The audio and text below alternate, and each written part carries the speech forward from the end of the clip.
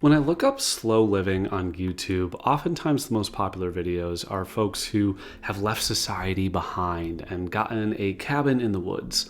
Either they live this incredibly simple off-grid lifestyle that is very affordable to maintain, or they found a way to be a digital nomad and afford that lifestyle outside of suburbia or urban areas. And listen, that's awesome for them, but that wasn't something that was realistic for me and is probably not realistic for you. Last year, I committed to a full year of slow and strenuous living, in part because I had experienced a series of personal tragedies and knew I needed to change something about my life, and I also wanted to write a book about the experience. And the thing is, I couldn't just go leave for a cabin in the woods. I have a family to take care of. I have a house to tend to and a mortgage to pay.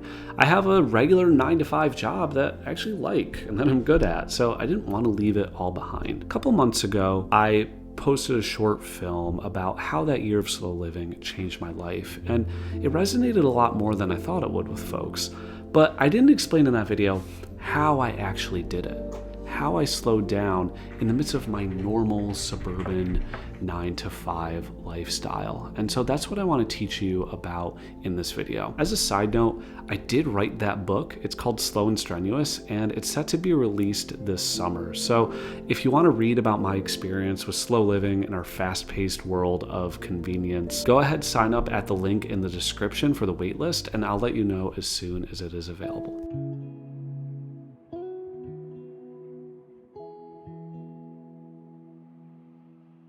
The first thing I did to embrace slow living with a regular 9-to-5 lifestyle is to write down the most important things in my life, the things I can't live without, the things that if I didn't have them, I would be a worse version of myself. Our economy runs on distraction. Okay, the people who run YouTube and TikTok and Instagram and all these apps don't want us to focus on the things that are really important in life. They want us to focus on their endless distraction and content. So by writing down what really mattered to me, it reset my priorities. And it wasn't just enough to write it down, I had to commit to focusing on these 3 to 5 things every day.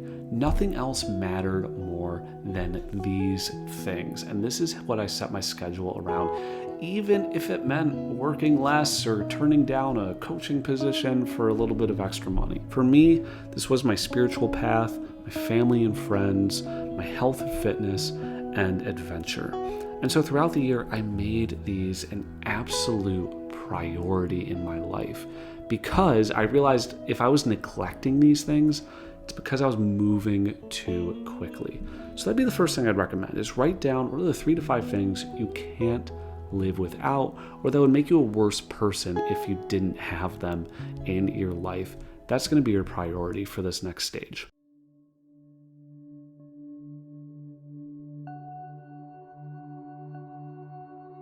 The second thing I did was to look at areas of my life that I felt were too convenient. These are not the real heady, important philosophical things. These were the daily minutia that I was like, man, if this was actually slower and more strenuous, I would be able to pay attention to them more and I would actually enjoy the process instead of being numb to it. So whether it's your food or your commute or the time you spend with friends, what are things that are too fast and too convenient? So some examples from my experience. I hate commuting. I hate driving in my car.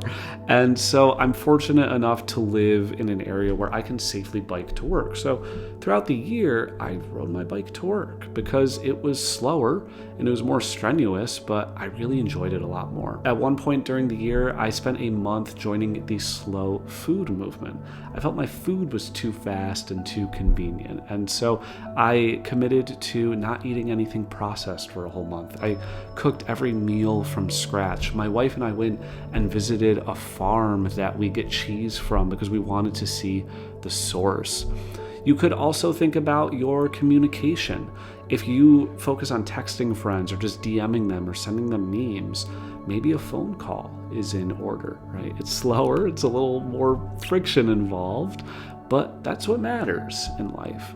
So think about those daily minutia, those couple things that you think are just too convenient. And if you slow them down and added more friction, it would also add more value to your life.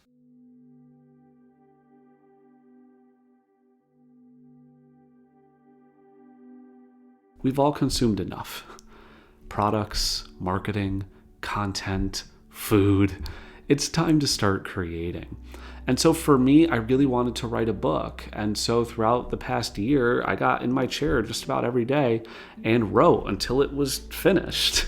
I wanted to start making films for this channel, which is what I started doing. I wanted to learn how to woodwork. And even if it was just making a simple little bench, I wanted to start creating. And so my challenge to you would be, now that you have this extra time, what do you fill it with? What is something you actually want to create but you've been putting off? Maybe you write the first few paragraphs of that novel. Maybe you pick up that camera that's gathering dust on the shelf. Maybe you invite friends over and cook a delicious dinner for them and create a beautiful memory. Whatever it is, you've consumed enough. So start creating, because even with a hectic 9-to-5 lifestyle, there's always room for more creation.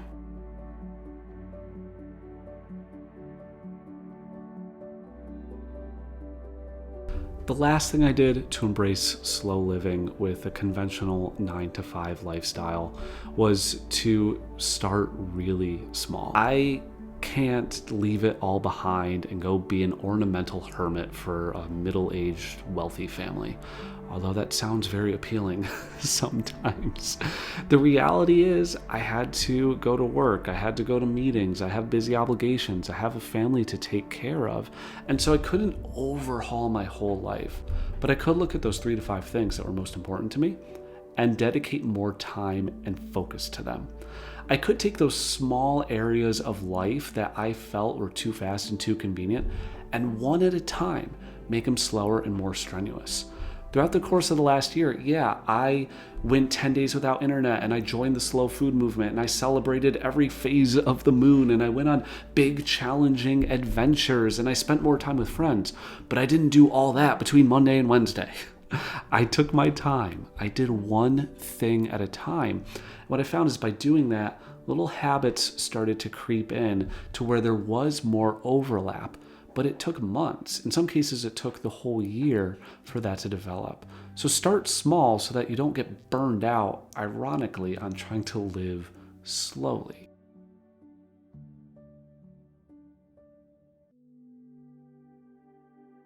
The reality is we can all slow down and add meaningful friction to our life, regardless of our circumstances.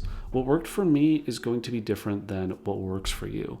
But even if you have a really hectic schedule and you're working way more hours a week and you have kids to tend to, there are tiny little ways that we can slow down and add more friction to our life.